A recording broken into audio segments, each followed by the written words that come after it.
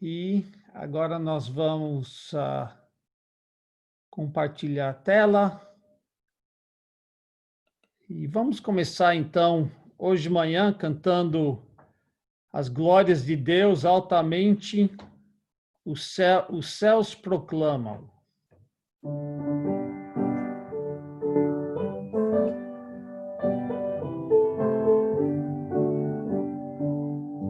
Altamente os céus proclamam seu divino Criador, anuncia ao firmamento tuas obras, ó Senhor, incessantes noite e dia, dão sinais do teu poder, sem palavras proclamando tua glória, teu saber.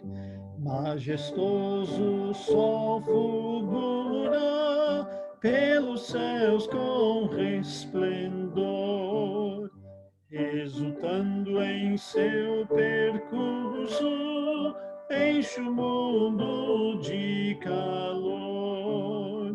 Tua lei muito preciosa brilha mais que a clara luz, esclarece as nossas mentes, guia as almas a Jesus. E ainda cantando sobre Deus e a criação e as glórias que a gente vê, nós vamos cantar Louvai ao Deus da criação. Depois disso, nós vamos ter uma palavra de oração e eu vou estar pedindo ao pastor Lailton orar por nós e lembrando também do irmão Teodoro. Mas vamos cantar primeiro Louvai ao Deus da criação.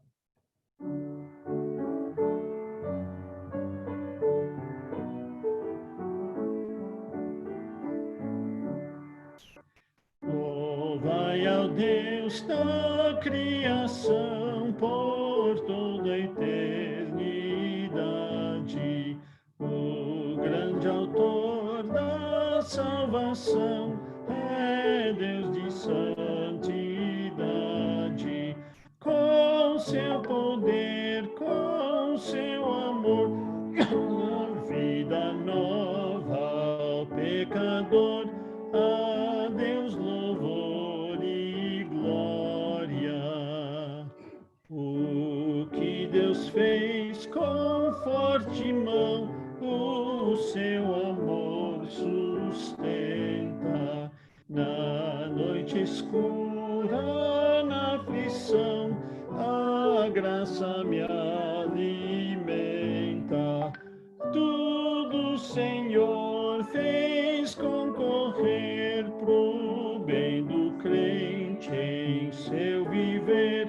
A Deus louvor e glória. Enquanto aqui eu respirar, bem alto irei louvá-lo. Desejo a todos convidar, ó, venham exaltá-lo. Alegre está meu coração, pois tenho eterna salvação. A Deus louvor e glória. E vou estar desmudando o pastor Lailton. Eu só posso pedir que ele desmude. Pronto. Pode estar. Pai eterno, nós chegamos hoje de manhã à sua presença, Senhor, por intermédio do nosso Redentor, nosso Salvador Jesus Cristo. Obrigado, Senhor, pela noite que tivemos de descanso. Agradecemos a Ti, ó Pai, que nos proporcionou segurança e uma boa noite de sono. Nós também te pedimos pela saúde do irmão Teodoro, que o Senhor esteja cuidando dele, e, acima de tudo, aqueles nossos irmãos que ainda não entraram para participar do culto, tenha o desejo, Senhor, ardente em seu coração, de se relacionar com o Senhor nosso Deus. Senhor, vem fazer parte de uma forma mais intensa nas nossas vidas, Pai amado, para que nós possamos desfrutar da comunhão com o Senhor, para que nós possamos aproveitar de tudo aquilo que o Senhor quer nos proporcionar, que o Senhor tenha misericórdia daquelas almas que se encontram arredias, Senhor, longe do seu aprisco, Senhor, para que eles possam entrar e fazer parte desse grupo, dessa sua família, Santo Deus. Abençoa-nos nesse dia de domingo, que possamos gozar da sua presença e aprender a respeito do Senhor e ter um relacionamento bem achegado a Ti e com os nossos irmãos também, porque nós sabemos, ó Deus, que aqueles que amam a Deus amam também o seu irmão, o seu amor a Deus, o nosso amor a Deus é medido, Senhor, pelo nosso amor aos nossos irmãos, porque como diz a Tua palavra, aquele que diz que ama a Deus e não ama o seu irmão, é mentiroso, Senhor, não é um amor verdadeiro, não é um amor real para com Deus se não ama os seus irmãos. Então nós queremos demonstrar amor para com os nossos irmãos, porque nós amamos o nosso Deus que nos amou primeiro. Louvado seja o teu nome por todos nós, que nós possamos bendizer a ti, ó Deus, com a nossa voz e com o que fazemos hoje aqui nesse culto. Oramos ao Senhor. Amém. Amém. Vamos continuar cantando aquela nova versão de Meu Deus Proverá. Ainda estou aprendendo, imagino os irmãos também, mas é lindo a melodia essa nova melodia. Vamos cantar.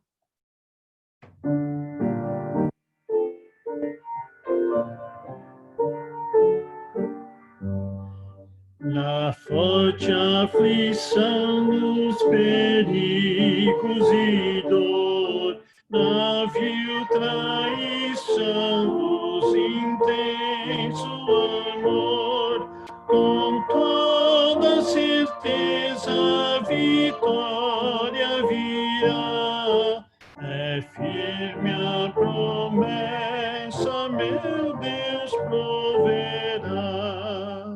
Se as aves do céu dão sustento, bom Deus, cuidado maior ele tem pelos seus, e cada dia mãos fiéis faltará. Sublime verdade, meu Deus proverá.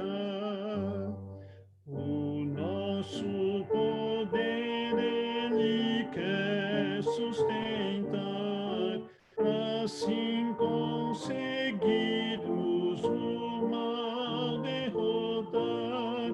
Do nosso inimigo nos protegerá, e é nossa vitória, meu Deus proverá. A letra travou. Na hora final, quando a morte chegar, a voz do Senhor só nos há de alegrar. Então lá na glória nos receberá, pois tenho certeza, meu Deus proverá. Me perdoe, irmãos, esqueci de passar o slide. Vamos abrir nossas Bíblias em Filipenses capítulo 2. Nós não vamos ler o capítulo todo, mas quase. Filipenses 2, nós vamos ler do versículo 1 ao versículo 18. Falando aqui sobre a unidade e como devemos valorizar uns aos outros mais do que a nós mesmos. Filipenses 2. Se há, pois, alguma exortação em Cristo, alguma consolação de amor, alguma comunhão do Espírito, se há entranhados afetos e misericórdias, completai a minha alegria, de modo que penseis a mesma coisa, tenhais o mesmo amor, sejais unidos de alma, tendo o mesmo sentimento. Nada façais por partidarismo ou vanglória, mas por humildade, considerando cada um os outros superiores a si mesmo.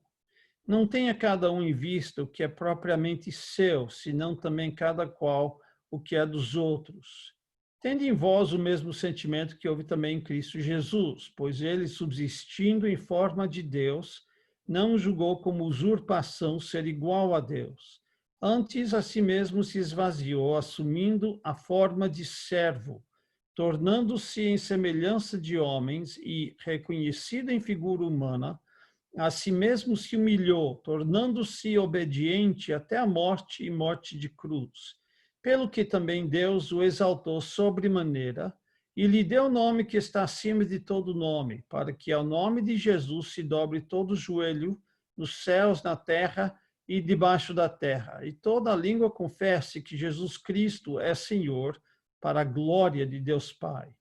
Assim, pois, amados meus, como sempre obedecestes, não só na minha presença, porém muito mais agora na minha ausência, desenvolvei a vossa salvação com temor e tremor, porque Deus é quem efetua em vós tanto o querer como o realizar, segundo a boa vontade.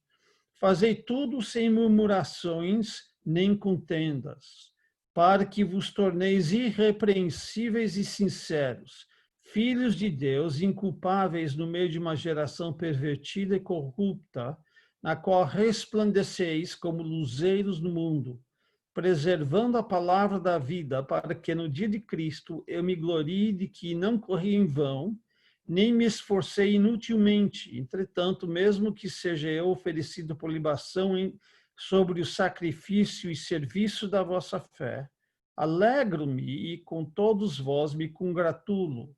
Assim vós também, pela mesma razão, alegrai-vos e congratulai-vos comigo. Que Deus abençoe a leitura de sua palavra. Não esquecendo, irmãos, das necessidades dos irmãos da igreja, podendo contribuir, faça isso de todo o coração, como ao Senhor primeiro e depois para as necessidades dos irmãos. E antes da mensagem, vamos cantar Amor, que por amor desceste.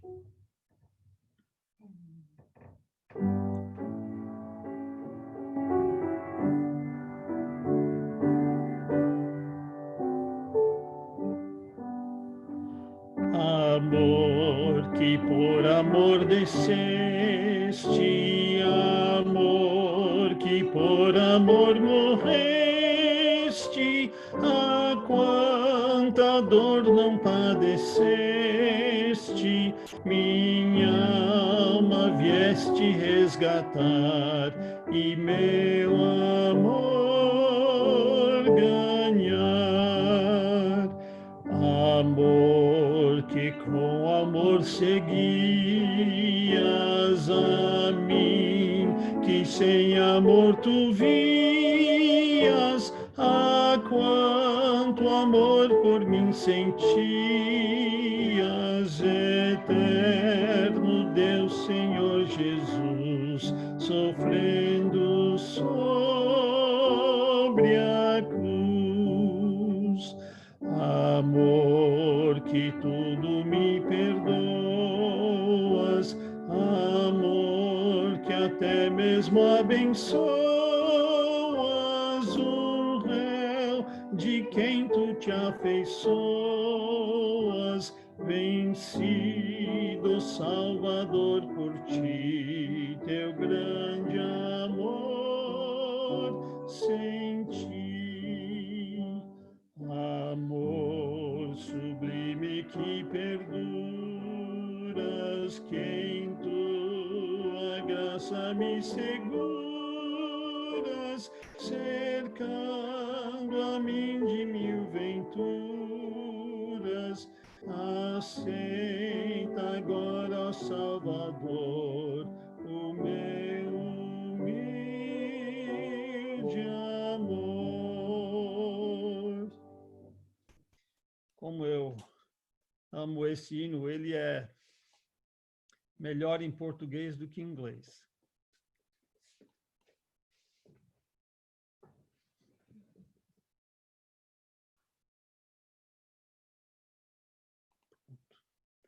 Vamos abrir nossas Bíblias, então, em 1 Coríntios, capítulo 1. Eu prometo que um dia desses, se Deus permitir, semana que vem, nós vamos retornar a 1 Samuel. Nós interrompemos o nosso estudo em 1 Samuel e eu não consegui voltar pelo simples fato que estou gastando tanto tempo nesse capítulo de Romanos que não tive tempo para 1 Samuel é mais complicado para preparar uma mensagem, não tive esse tempo. Mas semana que vem, se Deus quiser, vou ter terminado e vou poder voltar. Mas vamos ir para 1 Coríntios 1, capítulo 1, versículos 10 a 17. E eu vou ler, nós já falamos um pouco sobre a situação em Corinto semana passada, e veja o que Paulo diz hoje. Rogo-vos, irmãos, pelo nome do nosso Senhor Jesus Cristo, que faleis todos a mesma coisa e que não haja entre vós divisões. Antes sejais inteiramente unidos na mesma disposição mental e no mesmo parecer. Pois a vosso respeito, irmãos, fui informado pelos da casa de Cloé que há contendas entre vós.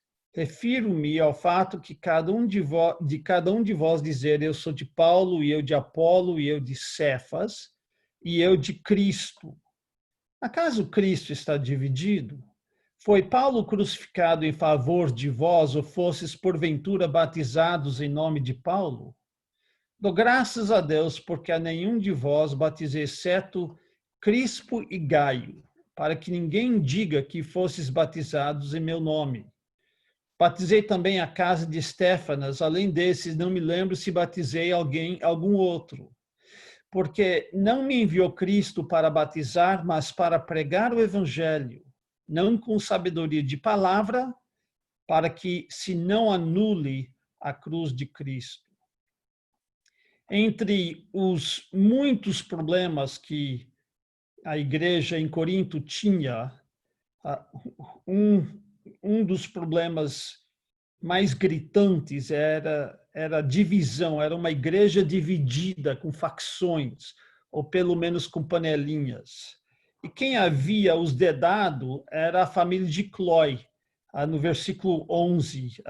Alguns de vocês vão lembrar do pastor Brandon, que tinha a filhinha Cloé.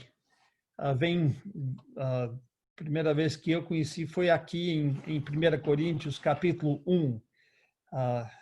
Eu deveria ter olhado para ver o significado, mas aí você vê que não foi invenção deles, eles tiraram da Bíblia, né? Os de Cloé informaram a Paulo que havia contendas na igreja. Isso também no versículo 11, que há contendas entre vós. E a ideia de contendas é intrigas e confusões e, poderíamos dizer também, rivalidades.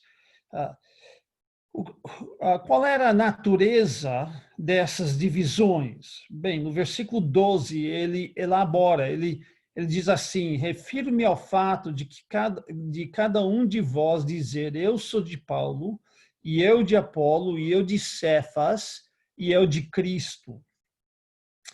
Alguns interpretam isso como facções ou partidos dentro da igreja, que eles estavam dividindo e os de Paulo reunindo com os de Paulo, os de Apolo com os de Apolo, os de Cefas com os de Cefas e os espirituais, né, aqueles que se achavam melhores do que o outro, que eram de Cristo, reunindo juntos. É possível que era isso mesmo que estava acontecendo, mas é difícil saber exatamente de que forma eram essas divisões ou essa falta de união. A situação em Corinto era confusa e cheia de confusão. Nós falamos semana passada do fato que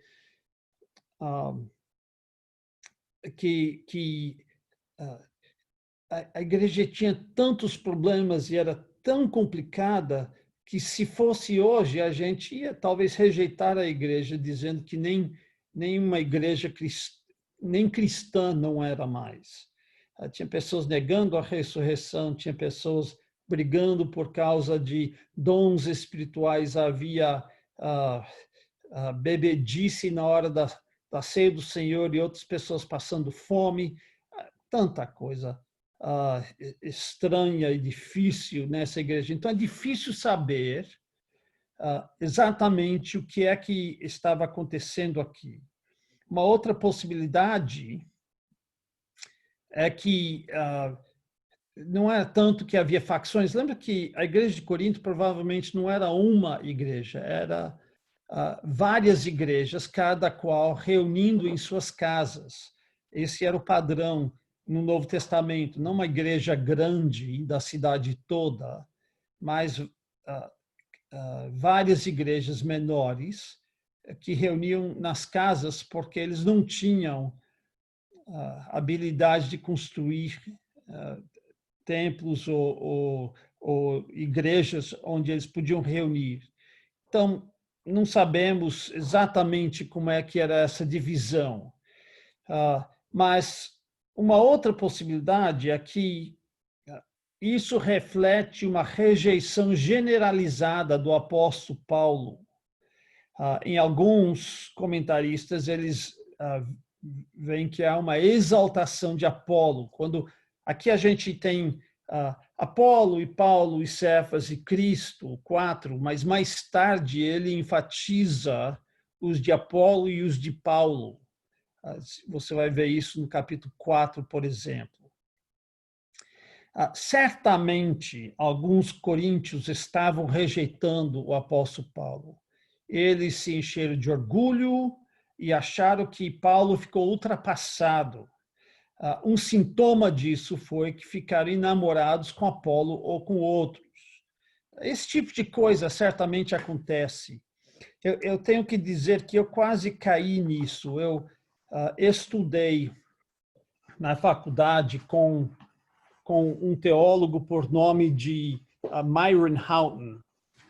Isso foi no seminário e ele era muito bom, engraçado, gostava dele demais e tal. E eu lembrava algumas coisas que ele falava na sala de aula, mas que me deixaram meio, bem, isso me parece simplista demais.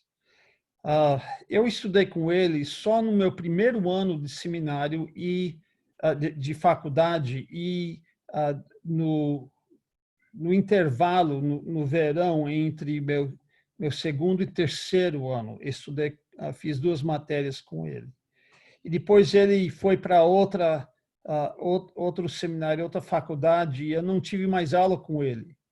Aí eu me formei, eu vim ao Brasil, fiquei 1 ano, casei com a Anita, voltei e fui para outro seminário fazer mestrado, e lá eles pareciam que estavam todos, né, estavam muito avançados, estavam estudando, estavam num nível teológico mais alto, sei lá o que mais. Eu lembro que eles falavam assim, antigamente as pessoas diziam assim, mas ninguém crê assim mais. E eu fiquei namorado do que eles estavam dizendo, fiquei atraído, pensando, puxa vida, esses caras são os caras. Eles realmente entendem das escrituras. E o meu coitado de professor Myron Houghton, ele era muito simplista, ele não entendia essas coisas, ele era muito bitolado, era o que eu pensava.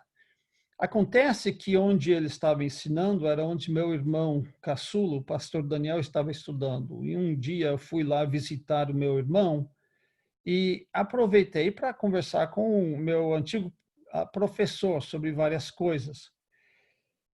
E eu pensei, deixa eu fazer algumas perguntas, só para ver o que ele responde. Eu sei que ele não vai saber, mas vamos lá. Aí eu comecei a perguntar sobre isso, aquilo que estava aprendendo. E sobre cada coisa, primeiramente você tem que entender que quando você entra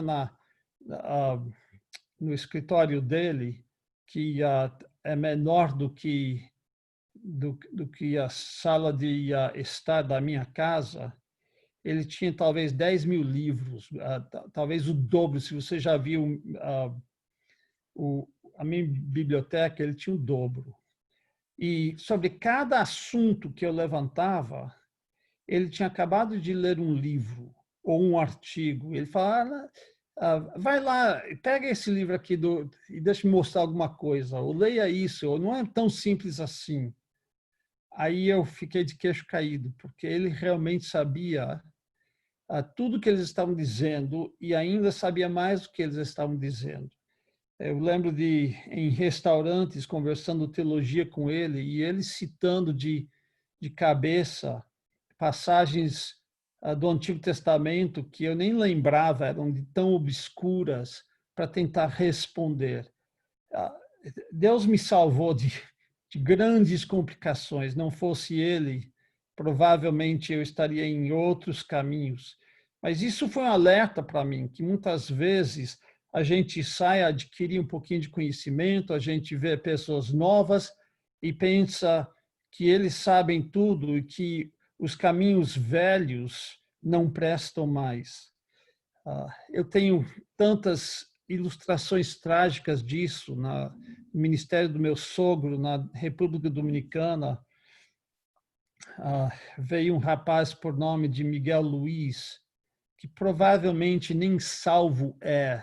Ele veio do mundo, ele era muito carismático no sentido de atrair as pessoas, e ele estava sendo preparado, ensinado para ser um pastor um dia, mas ele queria poder e queria ser pastor agora, e ele acabou causando uma grande divisão, e mesmo quando a igreja dele se tornou enorme e rica, ele gostava de atrapalhar e falar mal da igreja do meu sogro, como uns bitolados e pessoas que não entendiam de nada, esquecendo todo o treinamento, toda a fidelidade do meu sogro durante muitos anos, né? O sacrifício que ele havia feito para deixar o seu país nativo, aprender um outro idioma e levar o evangelho para aquele país. E ele causou certamente grande perturbação na República Dominicana e uma divisão muito grande entre as igrejas. O meu pastor, quando eu estava na faculdade, numa igreja pequena, era uma igreja que meu avô e minha avó tiveram parte no início dessa igreja. Começou na sala do meu avô, mas agora, anos mais tarde, tinha um pastor não muito bem vestido, não muito da moda. Ele estudava avidamente a palavra de Deus, mas não era talvez o melhor dos pregadores. Ele parecia um tanto caipira da roça e vestia a moda antigo, mas ele foi um pastor fiel durante décadas, eu acho que mais que 30 anos, e simplesmente abria a palavra, ensinava, e com o passar dos anos, foi o pastor que mais tempo ficou naquela igreja. Com o passar dos anos, a igreja cresceu, saiu de uma igrejinha muito pequena e má vista, e conseguiu construir um lugar novo, bonito, e Deus providenciou, e esse pastor, fiel, fiel, fiel, fiel, e um dia ele trouxe para ajudar um jovem que tinha pouco treino, pregava pior até do que ele, mas esse jovem conseguiu virar o coração das igrejas, e não é que eles disciplinaram seu antigo pastor, que foi fiel todos esses tempos, disciplinaram ele por orgulho. Eu falei com eles na época, olha, se você quer uma lista de defeitos desse pastor, eu posso te dar uma lista enorme, mas orgulho não é um deles. Aí eles começaram a tentar explicar para mim, alguns conhecidos lá, o que é que eles queriam dizer por isso. Eu falei, mas isso não é orgulho, isso é outra coisa. Mas estava errado. Eu falei, tudo bem, mas ele não pode arrepender se você acusa ele do pecado errado, né? Mas, de qualquer forma, ele ficou sem igreja, disciplinado pela igreja onde ele havia fielmente lutado todo esse tempo, porque veio um cara jovem, um pouco mais progressivo, um pouco mais avançado nas suas ideias e causou essa grande divisão. Bem, não sei se era exatamente isso que estava acontecendo em Corinto também, não leva em conta todos os fatos, mas certamente tinha um pouco disso, uma mistura dessas duas coisas. Havia facções, ou no mínimo panelinhas, e também havia uma corrente anti-paulina, uma corrente que se colocava em oposição ao apóstolo Paulo. Essa corrente só cresceu porque em 2 Coríntios, que ele escreveu mais tarde, ele tem que gastar muito tempo defendendo o seu próprio ministério, porque as pessoas que ele havia ganhado para Jesus Cristo o rejeitaram, indo atrás desses super apóstolos. Mas aqui eu quero parar e só refletir sobre uma coisa. Como é fácil dividir uma igreja? Uns pensam que são mais inteligentes do que outros, mais peritos, mais avançados na sua fé, mais progressivos, que eles têm a chave de ouro que vai fazer a igreja crescer, que eles podem, se a igreja seguir eles ou seguir as ideias deles, que a igreja vai desenvolver e ser melhor, e que os que querem seguir os caminhos antigos, eles são bitolados ou são defasados ou perderam sua vez. Pensam que os caminhos antigos do fundador são muito bitolados. Outros são o oposto, né? Eles lembram dos velhos tempos, quando a igreja era vibrante e tinha isso, e tinha o ONCE, e tinha a reunião de jovens, e tinha a igreja cheia, e eles querem voltar para esses tempos antigos.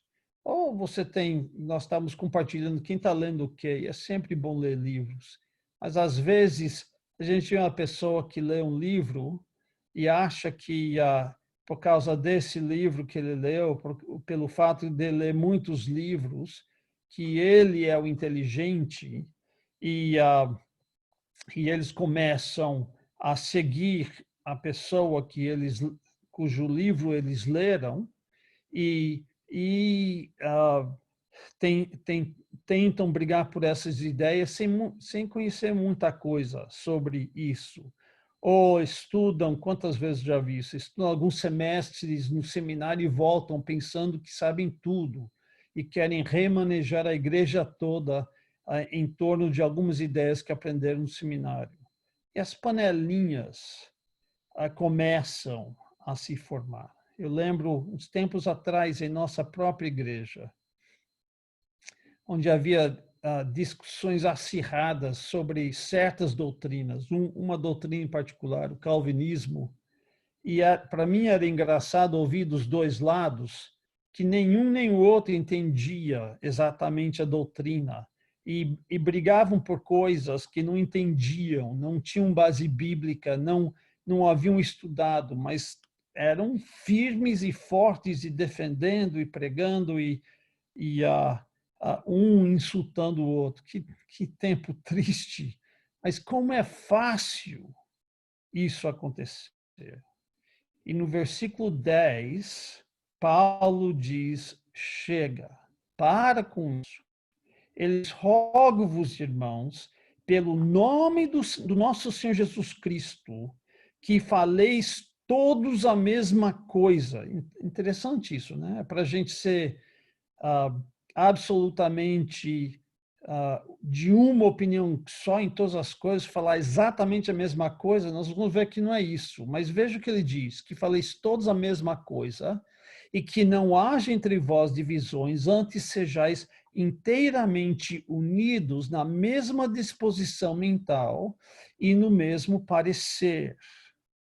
Então veja que ao chamar eles de volta à unidade, ele fala em termos de três coisas. Primeiro, ele fala em termos de unidade verbal, que faleis a mesma coisa.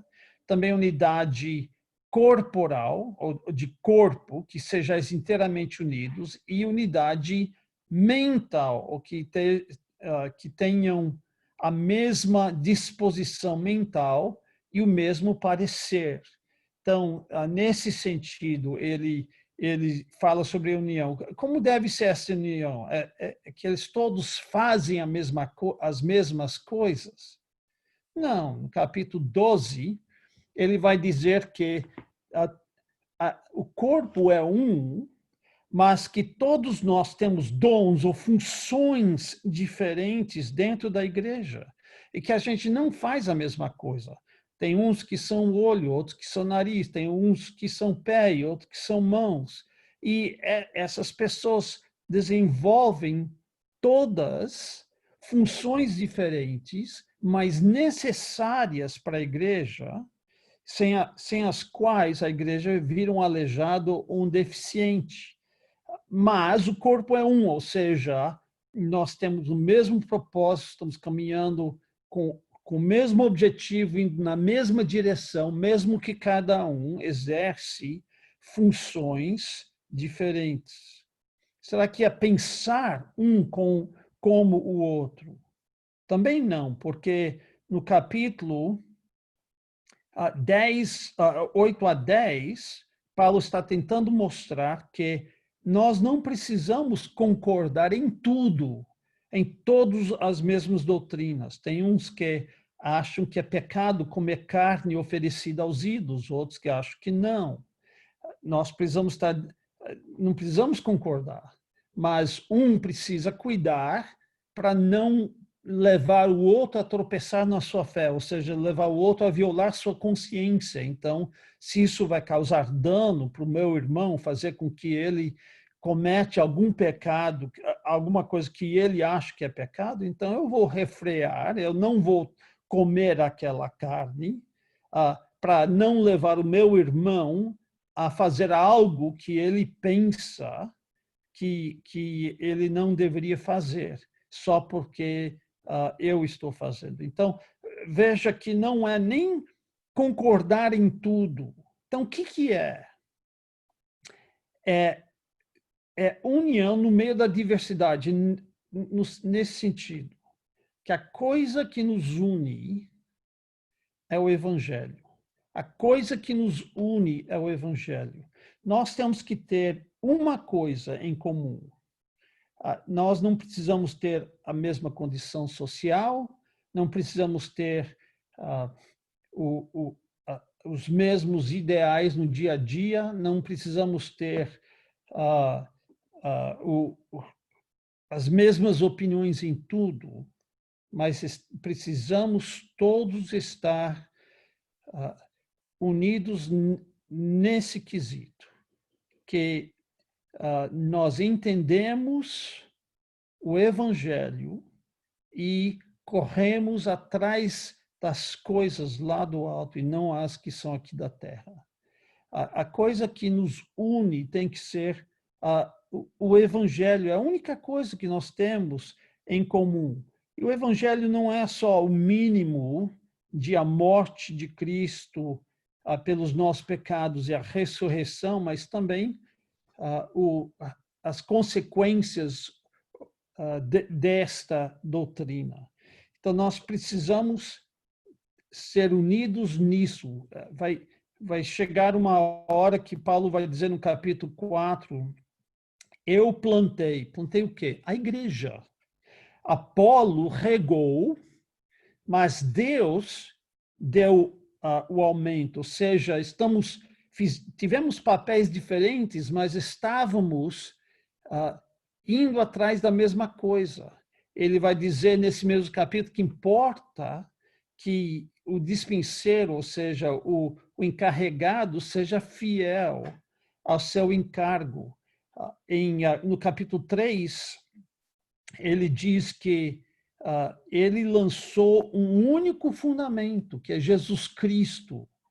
No capítulo 2, ele vai dizer que eu resolvi pregar uma única coisa aqui, que é Jesus Cristo e esse crucificado.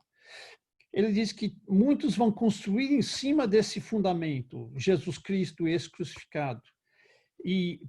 Mas não pode ter outro fundamento. E que se alguém destruir a igreja de Deus, ele vai ser destruído eternamente. Então, a coisa que nos une é a pregação e o entendimento e o desenvolvimento do Evangelho. Então, ele está escrevendo esse parágrafo dos versículos 13 a 17, implorando-nos a preservar a união e nos dando dois motivos por que devemos evitar a desunião. Nos versículos 18 até o capítulo 2, versículo 5, ele vai mostrar como o Evangelho nos une, mas aqui ele está tentando nos mostrar por que a desunião é tão perigoso. E o que ele vai dizer para nós é que a desunião põe o Evangelho em risco. A desunião coloca o Evangelho em risco e faz isso de duas formas. A primeira forma é que a desunião divide Cristo. Paulo faz 3 perguntas, o que nós chamamos de perguntas retóricas. O que é uma pergunta retórica? É uma pergunta onde a resposta é óbvia e, portanto, nós não precisamos responder. Ele está usando isso só para tentar nos convencer do ponto que ele está fazendo. E essas perguntas retóricas são quase blasfemas, fazem a gente pensar, puxa vida, é mesmo. Não deveríamos ser desunidos, porque senão podemos estar destruindo o Evangelho, blasfemando Jesus Cristo e destruindo a Igreja de Cristo. A primeira pergunta que ele faz é: acaso Cristo está dividido? A ideia nessa pergunta é que ao dividir a igreja em facções, eu de Paulo, eu de Apolo, eu de Cefas, eu de Cristo, é como se você pegasse uma espada e cortasse Jesus Cristo em pedacinhos, com cada um dos grupos ficando com uma parte de Jesus Cristo. A ideia é grotesca, é blasfema. Paulo não pregou um Cristo, e Apolo pregou outro, e Pedro outro. Tem apenas um Salvador e um Evangelho. Não podemos dividir Cristo dessa forma. A segunda pergunta que ele faz é: foi Paulo crucificado em favor de vós? Isso também é blasfemo. A resposta, se fôssemos dar uma resposta, é um gritante não.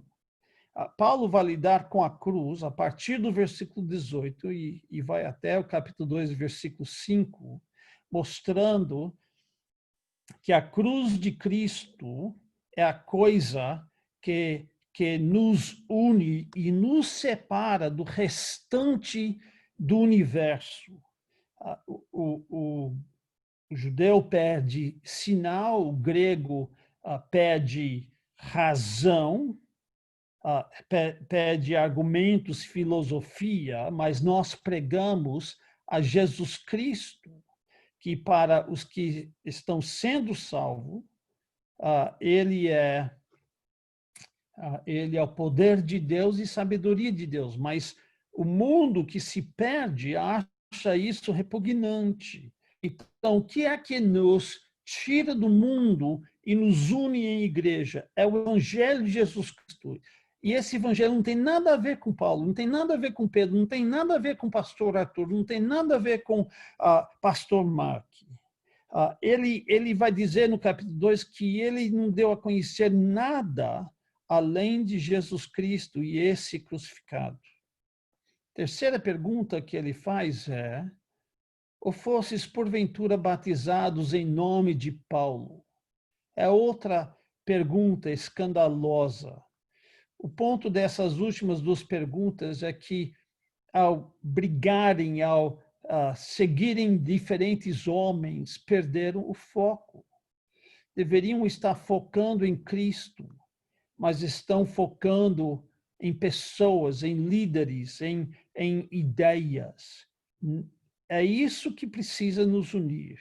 Jesus Cristo, o Evangelho, e não quem é o líder mais hábil, quem é o pregador mais que prega melhor, quem é o mais inteligente, o mais sábio, o mais erudito. Não tem nada a ver.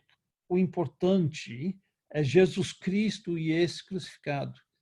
Eu acho que Paulo provavelmente era um dos homens mais bem estudados, mais eruditos, mais inteligentes que o cristianismo já viu, mas ele vai dizer no restante do capítulo 1 e no capítulo 2 que ele rejeitou toda essa retórica e toda essa educação, e que Deus escolheu as coisas humildes desse mundo para envergonhar os ricos e os orgulhosos. Ele vai dizer que se a gente olhar no espelho como igreja, nós vamos perceber que poucos de nós, muitos poucos, somos pessoas de autoridade ou erudição ou de riqueza, que Deus escolheu as coisas pobres e humildes, os ninguéms nesse mundo,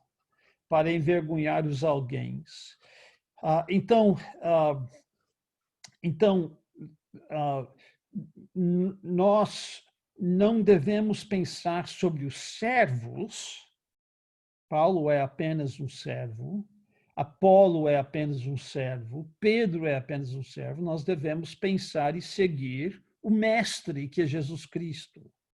Então, ninguém foi batizado em nome de Paulo. Essa última pergunta faz Paulo parar para refletir sobre o batismo.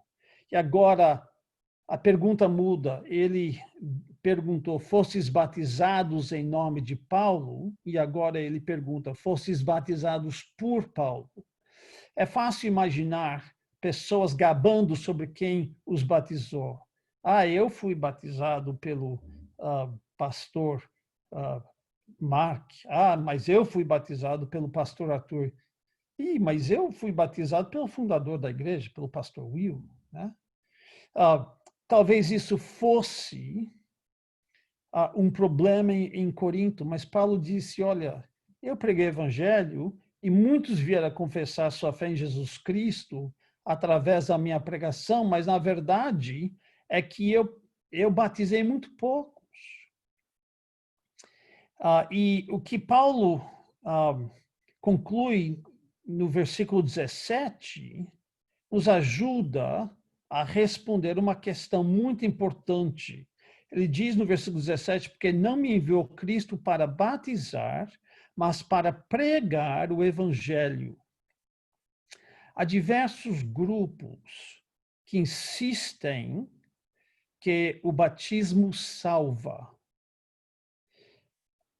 Já ouvi de diversas formas que nós somos salvos pelo batismo.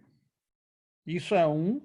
Lembra que a Igreja Católica acha que o batismo é necessário para a salvação, porque o batismo lava os pecados, inclusive o pecado original cometidos até aquela ocasião.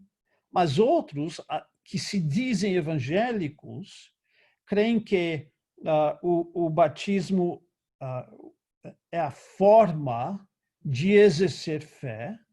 Os luteranos vão dizer que você precisa ser batizado para ser salvo, mas que o batismo não salva em si mesmo. Você precisa crer na promessa ao ser batizado para você ser salvo. Ou seja, que o batismo é um ato de fé no evangelho ou na promessa. Outros ainda dizem que o batismo é necessário para completar a salvação, ou seja, o batismo não salva por si só, mas se você crê no evangelho e não for batizado, você não é salvo. Paulo, com essa frase, Deus não me enviou para batizar, mas para pregar o evangelho, ele mostra que todas essas coisas, todos esses pensamentos são errados. Eu estou estudando Romanos 6 e estou ficando convencido que o batismo é mais importante do que nunca. E é importante que batizemos de forma correta. Mas o batismo salva. O batismo é necessário para a nossa salvação? O batismo completa a nossa salvação? A resposta é não. Porque Paulo faz uma distinção entre pregar o evangelho e batizar. E pregar o evangelho é a coisa muito mais importante. Olha, no Novo Testamento a gente não vê alguém que crê e não é batizado. Fica nos meus estudos, inclusive um artigo que eu li ontem à noite, a gente vê que o batismo servia o papel de marcar alguém como discípulo de Jesus Cristo. Era um rito de iniciação. E uma pessoa que apenas dizia, eu creio, mas não era batizada, essa pessoa não era vista como um discípulo real ou sério de Jesus Cristo. Ele tinha que ser batizado para se identificar como discípulo ou seguidor de Jesus Cristo. Não é à toa que o eunuco etíope disse, olha, aí tem água, por que você não me batiza? Mas eu só posso batizar se você crer. Mas eu creio, então vamos lá. Era rápido assim. Hoje a gente fala, vem para frente, ore essa oração, levante uma das suas mãos e estuda. E no Novo Testamento, a ideia era que o batismo era a forma que você respondia publicamente ao apelo de crer em Jesus Cristo. Mas, dito isso, o batismo não salva. Em Mateus 28, 18 a 20, somos instruídos assim, ide, portanto, por todo mundo, fazei discípulos de todas as nações. E qual é a primeira coisa que a gente faz com esses discípulos? Batizando-os em nome do Pai, do Filho e do Espírito Santo, e depois a gente ensina eles a guardar. A pessoa precisa ser um discípulo, isso é, ser batizado antes de poder ser instruído nos caminhos do Senhor. Então, isso é importante, o batismo é importante. O batismo diz, eu sou um seguidor de Jesus Cristo. Mas o batismo não salva. O que salva é a nossa fé em Jesus Cristo. E esse versículo deixa isso muito claro para nós. Então, a primeira forma que a desunião põe o evangelho em risco é que a desunião divide Jesus Cristo. Mas a segunda forma em que o evangelho, que a desunião coloca o evangelho em risco, é que o evangelho anula a desunião anula o evangelho. Como assim? Olha o versículo 17 mais uma vez. Porque não me enviou Cristo para batizar, mas para pregar o evangelho, não com sabedoria de palavra, para que se não anule a cruz de Cristo. Por que a desunião anula o evangelho? Porque valoriza outra coisa no lugar do evangelho. Não é fácil nós ficarmos distraídos da coisa principal. Somos que nem aqueles cachorros no filme Up, né, que estão no avião dirigindo alguém de esquilo e todo mundo fala, onde? E olha e todo mundo bate o avião. No caso dos coríntios, essa outra coisa que anulava a cruz de Cristo, que eles seguiam, era a sabedoria humana. Eu quero ler um comentário do Leon Morris sobre isso. Ele coloca muito bem. Ele diz assim: pelo menos alguns dos coríntios estavam valorizando demais a sabedoria e a eloquência humanas, seguindo a linha dos gregos, que tipicamente admiravam a retórica e os estudos filosóficos. Com isso em mente, Paulo insiste que pregação com sabedoria de palavras não faz parte da sua comissão. Você pode ver isso em capítulo 2, versículo 1. Esse tipo de pregação atrairia pessoas ao pregador. Né? Se alguém chega e fala bonito, né? Quem é que está sendo exaltado? A pessoa que prega. Então, isso anularia a cruz de Cristo. A pregação fiel da cruz resulta em homens cessando de colocar sua confiança em qualquer dispositivo humano e dependendo, pelo contrário, na obra de Deus em Cristo. Uma dependência na retórica levaria homens a confiar em homens, a antítese do que a pregação da cruz deveria efetuar. Aqui no versículo 17, ele introduz essa comparação entre a sabedoria humana da filosofia e retórica e a sabedoria divina da cruz. Essa comparação estará por trás do que ele vai dizer no restante do capítulo e no capítulo 2. Importante para nós hoje é ver que a desunião nos faz tirar os olhos da cruz e colocar os nossos olhos em outra coisa, em outro lugar. E frequentemente esse outro lugar é a sabedoria humana. Seguimos quem fala mais bonito, seguimos quem parece mais inteligente, seguimos quem parece mais erudito e mais bem vestido e mais profissional. E a consequência é que paramos de pregar Jesus Cristo e esse crucificado. Outra coisa que precisamos ver hoje é que a função do pregador não é inventar algo novo. Eu lembro quando eu era jovem, e a minha desculpa era que eu era imaturo, mas nós tínhamos um excelente grupo de jovens e os jovens eram encarregados do grupo de jovens, isso incluía eu. E uma das coisas que a gente brigava é que vamos sair da rotina, vamos fazer uma coisa que não é rotineira. Essa busca por novidade, essa busca por algo diferente, novo, infecta muitas igrejas. Mas deixe-me dizer que não é a função do pregador ou do pastor inventar novidades.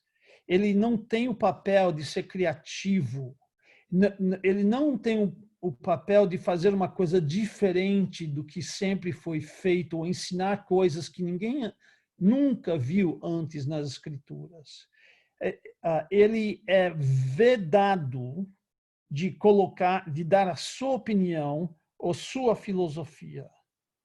A obrigação dele é de fielmente expor o que ele recebeu de Deus. E onde que ele recebe a mensagem divina? Ele recebe isso na palavra. Ele não tem que inventar. Ele tem que gastar tempo no seu gabinete estudando, para que ele possa transmitir o que ele aprendeu naquela palavra.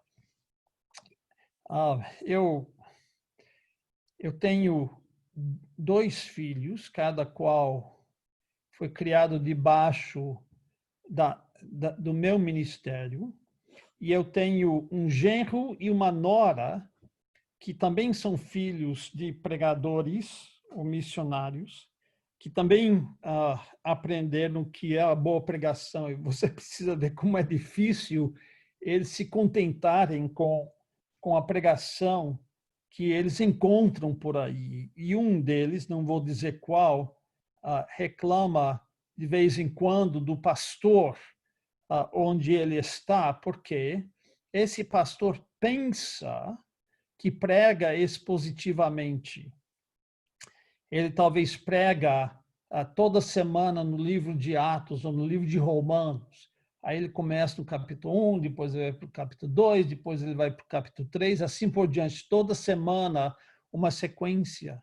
Mas o problema, conforme me relataram, é que ele pode até ler o texto, pode até comentar algumas das partes do texto, mas ele não expõe a passagem.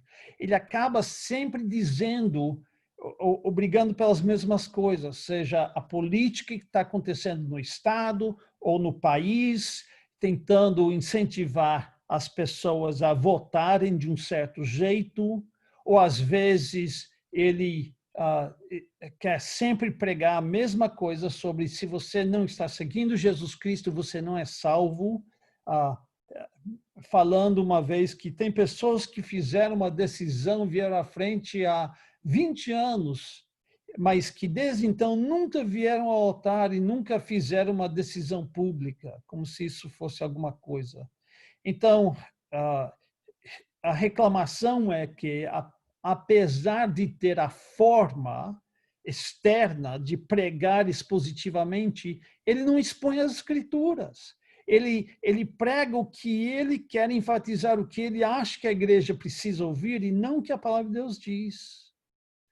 Há pessoas que pregam lindas mensagens, talvez até mensagens que você poderia encontrar nas Escrituras, mas ou por falta de entendimento, por falta de estudo, por falta de habilidade, pregam lindas mensagens que não tem nada a ver com o que está na passagem. Muito fácil ler uma passagem e ficar encantado com uma frase, outra frase, ou uma ideia aqui, e viajar com essa frase sem pegar o texto das Escrituras e explicar esse texto para o povo entender o que está ali. Isso significa que você vai explicar todas as partes daquele texto, não só algumas, e vai mostrar como todas essas partes relacionam ao tema principal. Espero que os irmãos estão vendo isso, não?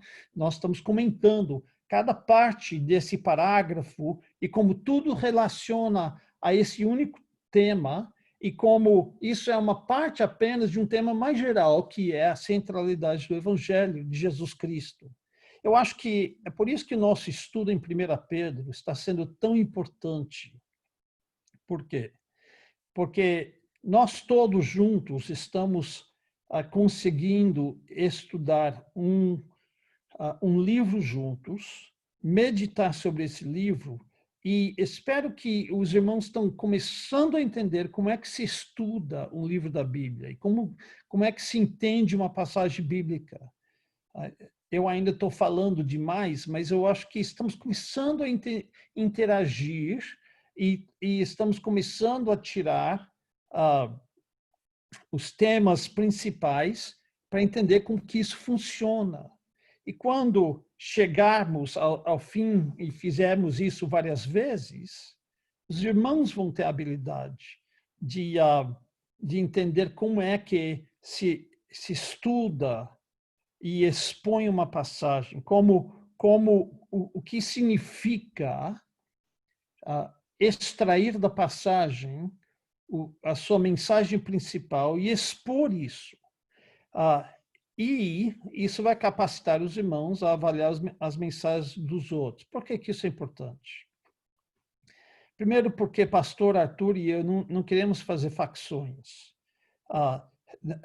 Não estamos aqui com uma briga pela lealdade um ao outro. Ou seja, eu não quero pessoas que me amam mais do que amam o pastor Arthur. Tenho certeza que a verdade, o contrário também é verdade. Não estamos aqui tentando nos promover, ou pelo menos eu sei que não estou aqui. Eu sou talvez o mais provisório de todos. Se vocês vão ter lealdade, alguém que tenha o pastor Arthur, mas idealmente não haverá favoritos, não haverá facções. Por quê? Porque um dia nem eu, nem ele estaremos aqui, mas a igreja continua. Os irmãos são a igreja, não o pastor. Isso significa que um dia, espero que seja bem distante, os irmãos vão ter que escolher outro pastor. E os irmãos precisam saber como avaliar esse pastor. E um dos critérios é, ele prega a palavra e não vai inovar. Ele não vai ser filósofo, ele não vai ser erudito, que com seu linguajar bajulador e bonito tenta atrair as pessoas, mas que ele vai ser uma pessoa que fica apontando de volta para o evangelho, de volta para as escrituras, e que o foco dele não é nele, ele é um holofote que vai iluminar Jesus Cristo, o evangelho e a palavra de Deus. Os irmãos vão ter que saber avaliar isso. Espero que talvez seja daqui 50 anos, né, depois que o pastor Arthur é bem velhinho, mas um dia desse, isso vai acontecer. E os irmãos precisam saber que o papel do pastor não é pregar a si mesmo, não é aparecer, não é chamar a atenção a si mesmo, não é ser alguém bacana, é simplesmente ser um holofote que ilumine o evangelho e a Jesus Cristo. Que Deus nos una no evangelho. Senhor nosso Deus e Pai, obrigado por essa instrução, esse chacoalhão,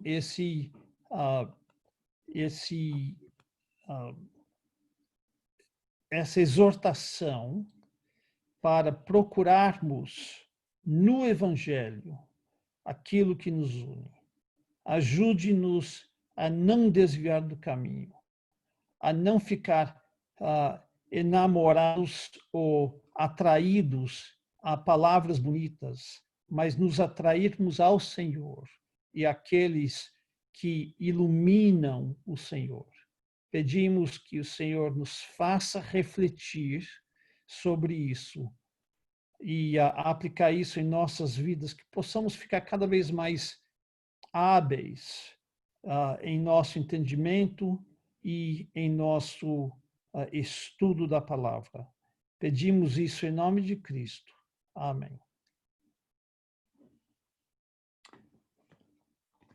Me parece que tudo é diferente. Os irmãos precisam desmudar a si mesmos, porque eu não tenho mais o botão, tinha de eu desmudar todo mundo. Eu posso solicitar que vocês se desmudem. Amém. Desmudei. Eu não consigo desmudar ninguém mais. Alguma coisa aconteceu. Tira o mudo aí, irmã Terezinha. Aperta no botão do microfone, irmã Terezinha. Mafra. Hugo, seja bem-vindo. Isso, aperta no botãozinho aí pra gente se falar. Isso, irmã Terezinha. Tudo bom, pastor Arthur? Ô, irmã Afra, o pastor Marco, durante a pregação, falou que daqui 50 anos, quando eu estiver bem velhinho, aqui na igreja, eu fiquei imaginando, daqui 50 anos, quantos anos será que o irmão Sebastião vai ter, hein? É isso que eu pensei. Foi o que eu pensei. 150. Não, acho que uns 130, né, Sebastião? Oi?